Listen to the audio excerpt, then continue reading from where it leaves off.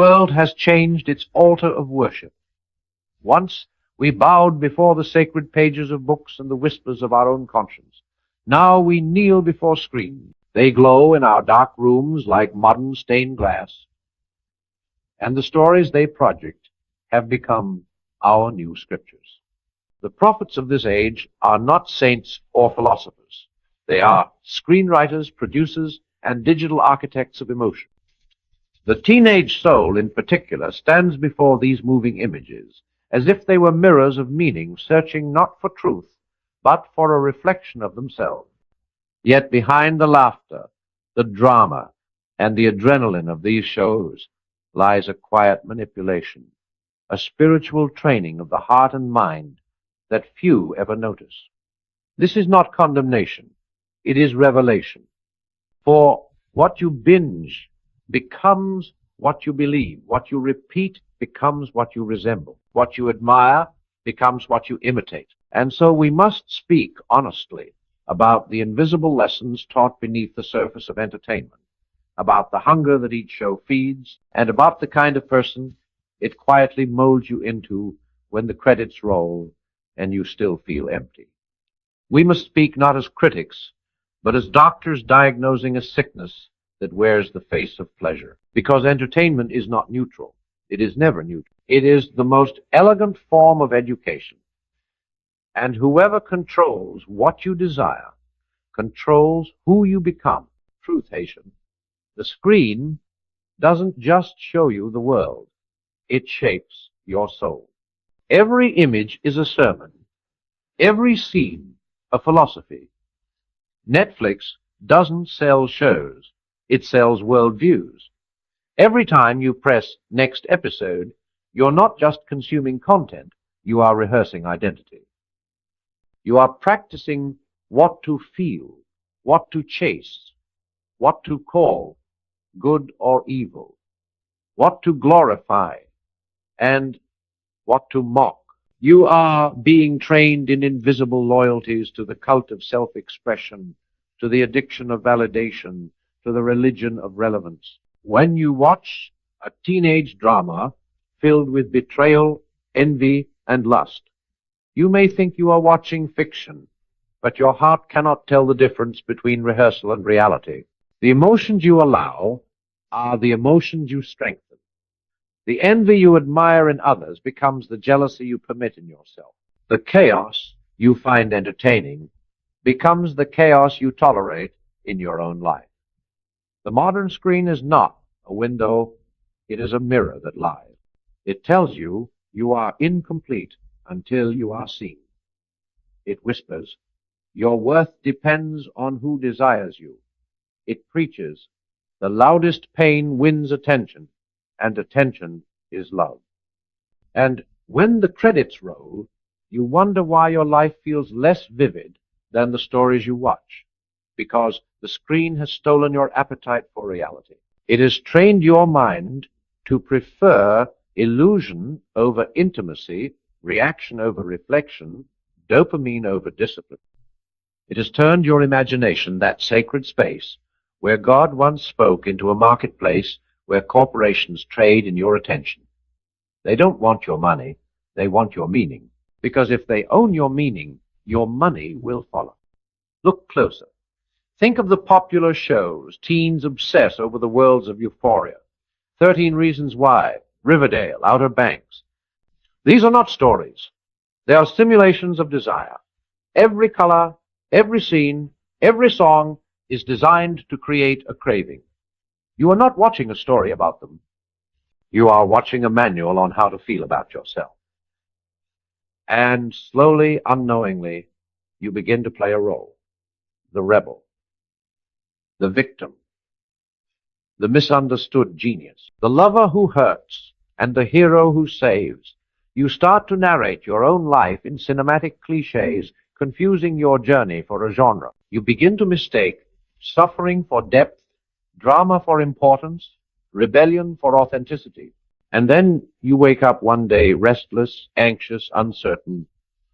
Why your peace depends on the next notification, why silence feels unbearable, why success feels empty, because you were never meant to live as a spectator of your own life. The screen gave you stories, but it stole your story. Truth has to. The characters you admire become the voices in your head. The mind is a theater, and every thought is a cast member auditioning for attention. When you fill your imagination with characters, fictional or real, they begin to live rent-free in your psyche. They shape how you speak, how you think, and how you respond to life. A teenager who spends years idolizing the clever cynicism of a sarcastic character will find sarcasm easier than sincerity. A young woman who admires the tragic beauty of self-destruction in a series like Euphoria may begin to find her own sadness poetic. A boy who glorifies power and rebellion in Money Heist might start confusing chaos with freedom. You see, imitation is not a choice. It's an instinct. We learn by mirroring. The eyes are not passive, they are portals. Every image enters as a seed, and what you feed will grow. The shows you admire are not just stories. They are subconscious mentals.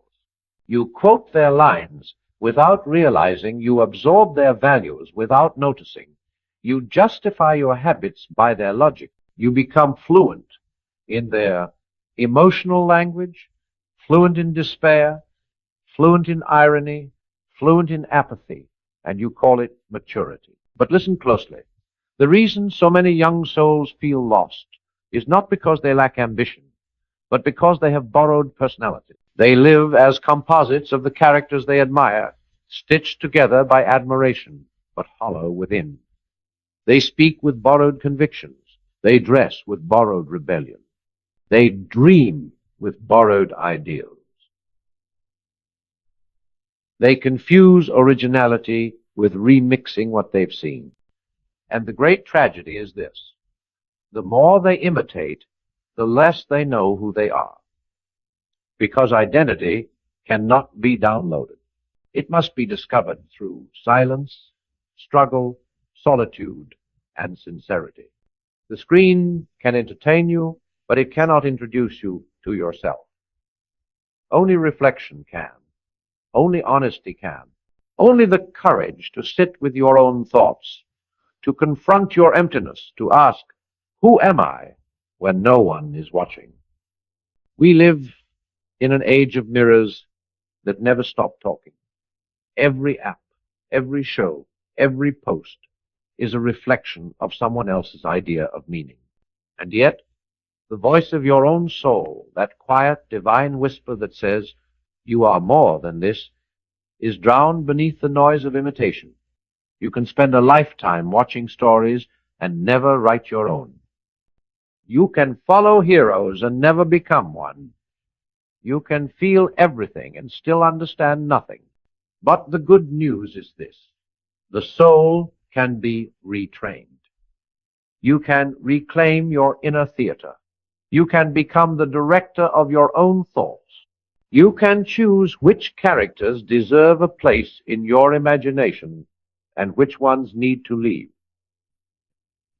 You can reprogram the stories that define you, because freedom begins not with rebellion against the world, but with rebellion against the illusions within you. So let this be your awakening. You are not what you watch.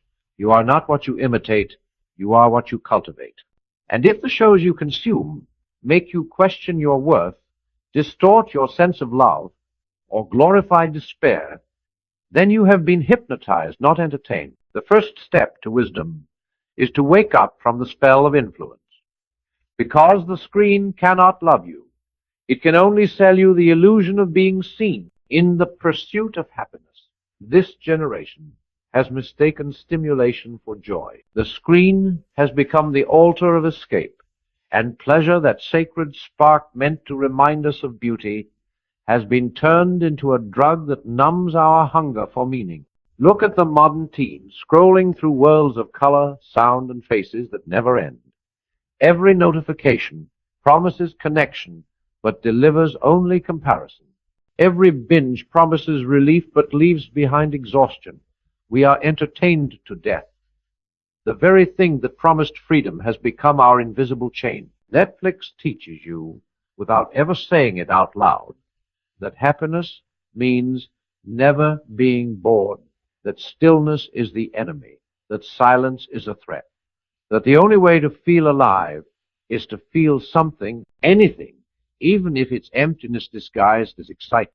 But the soul was not built for constant stimulation. It was built for rhythm, for work and rest, for tension and release, for silence and song. Pleasure without purpose rots into addiction. Desire without direction decays into despair. The problem is not pleasure itself. God made beauty, laughter, and rest to renew the spirit. The problem is when pleasure becomes your master. When your life becomes a quest for the next thing that feels good, you lose the capacity to feel anything deeply.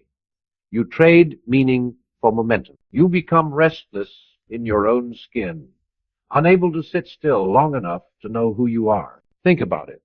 How many young people today cannot sit in silence for more than a minute without reaching for a screen? How many confuse anxiety with boredom, distraction with relief, noise with life? They chase pleasure like beggars chasing coins, never realizing they are kings wasting their inheritance. For pleasure is not evil, but without self-discipline, it becomes counterfeit paradise. You were not created to chase pleasure. You were created to create meaning. When the world teaches you that happiness means feeling good, it robs you of the wisdom to do good. Netflix sells the illusion of rest, but rest is not escape. True rest is peace that comes after purpose, peace that follows effort, peace that rewards growth, the peace of the disciplined soul, not the distracted one. So when you feel that hunger, that ache for something new to watch, ask yourself, what are you really hungry for? Maybe you are not craving another episode. Maybe you're craving a sense of wonder that your screen can't give. Maybe you're craving your own aliveness, the sound of your breath, the light of morning, the feeling of doing something difficult and becoming stronger because of it. Pleasure should serve you, not enslave you. When you learn to master your desire, you become dangerous to the system that profits from your weakness. When you say no to the endless feed of distraction, you say yes to your own freedom. Because pleasure is sweetest when it is chosen, not when it is automatic. The world tells you to indulge, but wisdom tells you to invest. Every time you delay gratification, you build strength. Every time you choose silence over scrolling, you reclaim your mind. Every time you walk away from artificial pleasure, you step closer to real joy. Truth Hashful. The shows you watch are not about them, they are about you. Every story you love reveals what you secretly desire. Every hero you admire reflects the part of you that wants to rise. Every villain that fascinates you mirrors the chaos you fear but refuse to confront. The shows that capture you the most are not windows into another world. They are mirrors of your inner world. When you fall in love with a character's courage, it's because your own courage is calling. When you are moved by a character's pain, it's because your heart is still learning to heal. When you obsess over a plot twist, it's because you long for your own life to feel meaningful again. The danger is not in watching it, is in forgetting to watch yourself. Most people consume stories as if they were food, but they never stop to taste what their soul is swallowing. They don't ask, why does this resonate with me? Why do I envy this? Why do I find this beautiful? Every obsession reveals a wound. Every attraction reveals a need. The shows you love are clues, sacred maps pointing toward the parts of your soul that are still unfinished. But instead of learning from them, you binge them. You numb the very ache that could have awakened you. Take, for example, the shows that glorify rebellion, the teen who defies authority, the outsider who rejects all rules, the hero who burns the world to prove his freedom. What do these characters truly represent? Not evil, not corruption, but hunger. The hunger to be seen, the hunger to matter, the hunger to feel that your choices are your own. But rebellion without purpose is just noise. It destroys the old, but builds nothing new. And so we find millions of young souls who are experts in destruction, but beginners in creation, passionate about tearing down, terrified of building up. Or consider the shows that romanticize brokenness, where pain becomes art and suffering becomes identity. The world teaches teenagers to be proud of their scars, but not to heal them, to showcase pain, not to overcome it, to wear trauma as style, not to transcend it through wisdom. This is not empowerment. This is exploitation, disguised as empathy. The story that could have inspired you to rise has instead convinced you that falling is beautiful. But your wounds are not your worth. They are your warning signs that you were meant for something deeper than despair. The truth is, every story is a mirror, and every mirror demands a question. What are you seeing, and who is looking back? Are you watching entertainment, or are you being educated by it? Are you learning courage, or are you learning comparison? Are you feeding your light or your shadow? You must become the interpreter of your own heart. The moment you do, you take back your power. You turn consumption into creation. You transform passive watching into active wisdom. Because wisdom doesn't hide from influence, it studies it. It asks, what is this trying to teach me? And is that a lesson I want to learn? So stop watching blindly. Watch consciously. Let every story be a sermon that makes you wiser, not weaker. Let every scene be a question that draws you closer to truth, not further into fantasy. Let every emotion you feel remind you that you are still alive, but that your life is not meant to be lived through someone else's script. Because one day, when the screen goes dark and the credits fade, you will have to return to your own story, the one that no camera can capture, the one that no audience can applaud, the one that heaven itself watches in silence, your soul becoming what it was meant to be.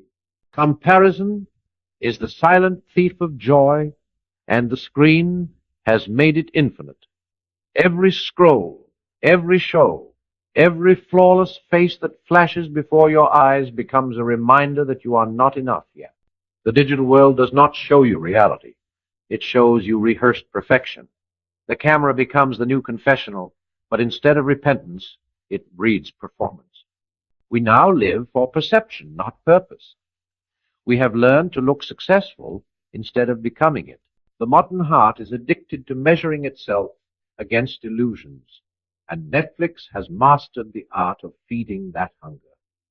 Every protagonist is beautiful, tragic, complex, desirable.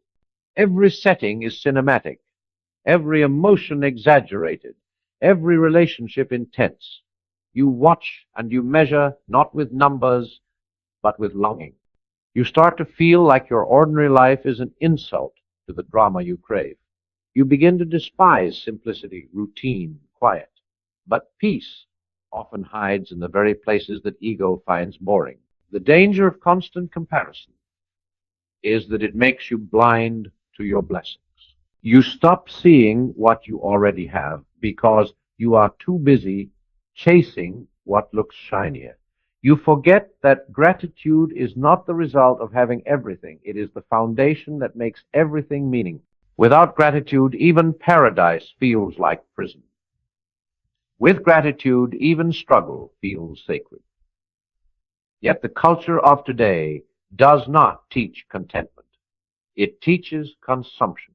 It convinces you that satisfaction is one purchase, one upgrade, one follower, one episode away. And so you live suspended, never fully happy, never fully empty, just caught between wanting more and feeling less. You must reclaim the sacred art of gratitude, not the polite kind that says thank you out of habit, but the radical kind that awakens you to wonder, the kind that sees beauty in imperfection, purpose in delay, and grace in difficulty. Gratitude breaks the curse of comparison because it shifts your attention from what's missing to what's meaningful. When you begin to notice the small miracles, the breath in your lungs, the sunlight on your skin, the mind that can think, the heart that still feels, you realize that wealth is not measured by what you possess, but by what you appreciate.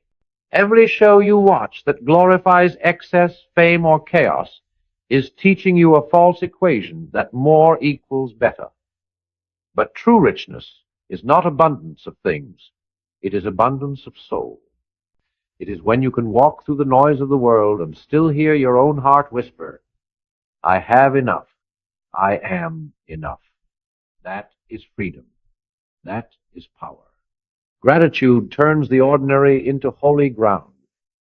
It transforms waiting into worship. It makes you rich long before you have wealth. Because real prosperity is not about accumulation, it's about alignment. When your mind and your heart are aligned with purpose, everything you need begins to serve you, not enslave you. Truth #6. Real success is not built on speed. It's built on substance. Modern culture glorifies instant success the way ancient temples glorified gods. We have become impatient with process, allergic to discipline, terrified of slowness. Netflix trains your mind to expect reward every 40 minutes. Conflict, climax, resolution, again and again.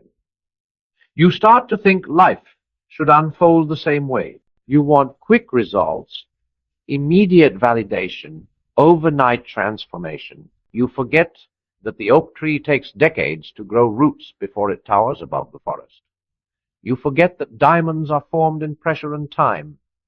You forget that strength built too fast collapses under its own weight. Real success, the kind that endures, is not built on shortcuts. It's built on silence, repetition, and faithfulness in obscurity.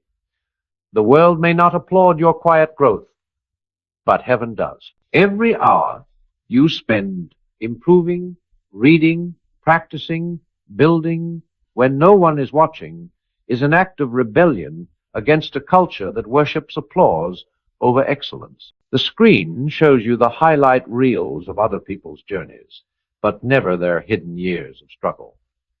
It makes you envy their crowns without seeing their crosses. But there is no glory without grinding, no mastery without monotony, no greatness without humility. The greatest danger of modern entertainment is that it rewires your patience. You begin to think that if something doesn't happen fast, it isn't meant for you. You give up when growth feels slow. You switch paths when purpose feels heavy. You want the fruit without planting the tree. You want the reward without enduring the wait. But all beautiful things, love, wisdom, discipline, mastery, require time. Time is the proof of your sincerity. If you can persist through boredom, through silence, through seasons where nothing seems to work, then success becomes inevitable. Because the universe does not reward talent, it rewards persistence. Every episode ends with closure, but real life doesn't. The greatest stories are those still being written, and yours is one of them. You must learn to love the process, not just the outcome, to find meaning in the making, not just in the moment of applause. There will be days when the work feels invisible, when your progress is buried beneath disappointment, when no one believes in your path. But that's where true greatness grows, in the soil of obscurity. For a tree does not fear darkness. It uses it to deepen its roots. So, slow down, breathe, build substance, not speed. Focus on becoming, not performing. The world may chase trends, but you must chase truth. Because when the noise fades and the screens go dark, what remains is not how quickly you succeeded, but how deeply you live. The only lasting empire is the one you build within yourself, made not of followers, but of virtues. not of fame, but of faith, not of applause, but of integrity. The shows of this world will always promise shortcuts to greatness, but remember, true greatness is never scripted. It's carved, it's fought for, it's earned in silence. The person who learns to wait with purpose will always outlast the one who runs without it. In the end, every story is about a war. Not the kind fought with swords or guns, but the kind waged silently within. The screen has become our battlefield, but the enemy is not Netflix, not media, not technology. The true enemy is the passivity of the soul, the slow, subtle surrender of your will to distraction, the quiet decay of discipline that happens when you stop fighting for your own mind. You think the danger lies in what you see, but it lies in what you stop seeing, your own potential, your purpose, your power. We are living in a generation that feels everything yet believes in nothing. We are drowning in knowledge but starving for wisdom. We confuse awareness with action, outrage with purpose, noise with truth. The screen has become our window to the world, but for too many, it has replaced the world itself. We scroll through others' lives while neglecting our own. We chase virtual victories while losing real ones. We analyze heroes while forgetting to become them. And so, a generation born with infinite opportunity dies of spiritual poverty, not because they lacked inspiration, but because they traded reflection for reaction. The final truth is this: life itself is the ultimate series, and you are both its writer and its protagonist. The Creator has given you a blank page each morning, and every choice you make writes the script of eternity. You are not the audience. You are the author. You are not the consumer. You are the creator. And yet, so many choose to live as spectators, waiting for someone else to tell them who they are, waiting for a plot twist that will never come until they act, waiting for a savior who already gave them the power to save themselves through courage, through discipline, through truth. Look around. The world is filled with noise, but very few voices. Everyone is talking, but few are saying something worth remembering. Everyone is watching, but few are truly awake. To be awake in an age of distraction is the greatest rebellion of all. To think for yourself, to guard your mind, to choose virtue in a world that glorifies vanity, that is heroism. The war is not between people, it's between light and illusion, between what is easy and what is right, between who you were and who you are called to be. The great illusion of entertainment is that you can escape yourself, but you cannot. You can drown your thoughts in 1,000 stories, yet your soul will always wait for you in the silence between episodes. It will whisper, "You were meant for more." And if you listen, truly listen, you will hear the echo of a truth older than any screen, that the richest life is not one that consumes, but one that creates. Not one that collects attention, but one that gives meaning. Not one that chases pleasure, but one that chooses purpose. The soul does not grow through ease. It grows through effort. It grows when you choose to wake early and build something, when you choose kindness over cynicism, when you choose discipline over distraction, when you face your fears instead of numbing them. Every act of self-mastery is a strike against the empire of emptiness. Every moment of stillness is rebellion against chaos. Every time you choose to live intentionally, you become the kind of person this world secretly hungers for, but rarely sees someone truly alive. Do you see it now? The point of every story you've ever watched was never the glamour, never the fame, never the romance. It was always the transformation. The moment the character faces their darkness and decides to rise anyway, that's not just their story, it's yours. You were created to rise. You were born with the capacity to rebuild your inner world, no matter how broken it feels. You are the hero waiting in your own reflection. The richest life begins not when you have everything. But when you finally understand that you are already everything you need to begin, you are the light in your own darkness. You are the author in your own silence. You are the warrior in your own weakness. You are not the sum of your distractions. You are the sum of your decisions. The world may try to write your story for you, but destiny belongs to those who hold the pen. So turn off the noise, step out of the illusion, walk back into your own life, look at the people around you with eyes uncluttered by comparison. Look at your own hands, see what they can build. Look at your breath, see that it still carries purpose. Look at the sunrise, see that it rises for you too. You do not need another season to start over. You do not need permission to change. You only need to remember that life is not waiting for you on a screen. It's waiting for you in the courage to begin, because the final shocking truth behind every story, every Netflix show, every movie, every piece of entertainment is that they are all metaphors pointing back to you. They all end so that you might start. They all fade so that you might shine.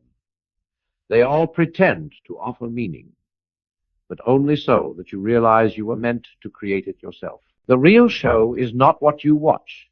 The real show is what you live. And when the curtain falls, when the credits roll, when everything you once worshipped on the screen dissolves into memory, may your life still burn with the kind of light that no camera can capture.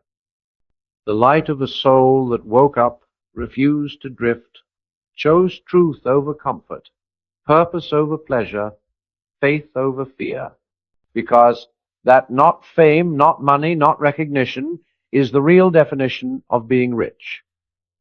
To live wide awake, to give deeply, to become all that you were created to be, to live a life that no screen can imitate. And perhaps that is the greatest plot twist of all, that the story you thought you were merely watching was, all along, watching you. Every episode you consumed was quietly consuming a part of your imagination. Every hero you admired was secretly waiting for you to rise. Every ending you mourned was just a mirror, whispering that you still have time to begin again. The universe is not entertained by your distractions. It is moved by your decisions. One day, long after the screens go dark and the noise fades, you will walk through your room and see the reflection of yourself on a blackened monitor. No moving image, no soundtrack, only you, the unedited version, the raw script of a soul. In that silence, something will shift. You will realize that the entire time, the show was a metaphor, the stage was your life, and the audience was God. And he will not ask, "What did you watch?" He will ask, "What did you become?" So write something worth replaying in eternity. Make your kindness cinematic. Make your courage contagious. Make your integrity louder than the world's applause. Don't wait for the next episode live as if you are the moment everyone else has been waiting to see, because you are. The shocking truth behind every Netflix show is not how they manipulate emotion, but how they remind us accidentally of our divine hunger to matter. The danger is not that we feel too much, but that we feel without transformation. The tragedy is not that we are lost, but that we forget we can return. So here's your final scene. You unplugging from illusion, stepping into the real, walking into the light of an unwritten dawn. The sky above you, unedited. The silence within you, unscripted. The heartbeat you carry, unrepeatable. And somewhere beyond all the noise, the angels lean forward in the balcony of eternity, watching, waiting not for another show, but for a soul who finally remembered that life was never meant to be streamed. It was meant to be lived. And maybe that's the greatest plot twist of all, that the whole time you thought you were watching a story, the story was quietly watching you. Every episode you played was a mirror, showing Not what happens on screen, but what stirs inside your soul. Every hero you admired was a fragment of the courage buried within you. Every ending that broke your heart was heaven's way of whispering, you still have time to begin again. One day, when the light fades and the room grows silent, you'll see your reflection in a black screen. No filters, no background music, no applause. Just you, unedited, unmasked, unrehearsed. And in that silence, something sacred will speak. You'll realize the screen was never the show life was. The camera was never the witness God was. And he will not ask, what did you watch? He will ask, what did you become? So write something eternal with your choices. Let your kindness be cinematic. Let your discipline be art. Let your love be the scene that saves someone else. Don't wait for the next season live, as if you are the moment the universe has been waiting to see, because the greatest truth behind every show is that they all end, so that you might finally start. And when all the screens go dark, may your soul still shine, not as a story that was streamed, but as a life that was truly lived.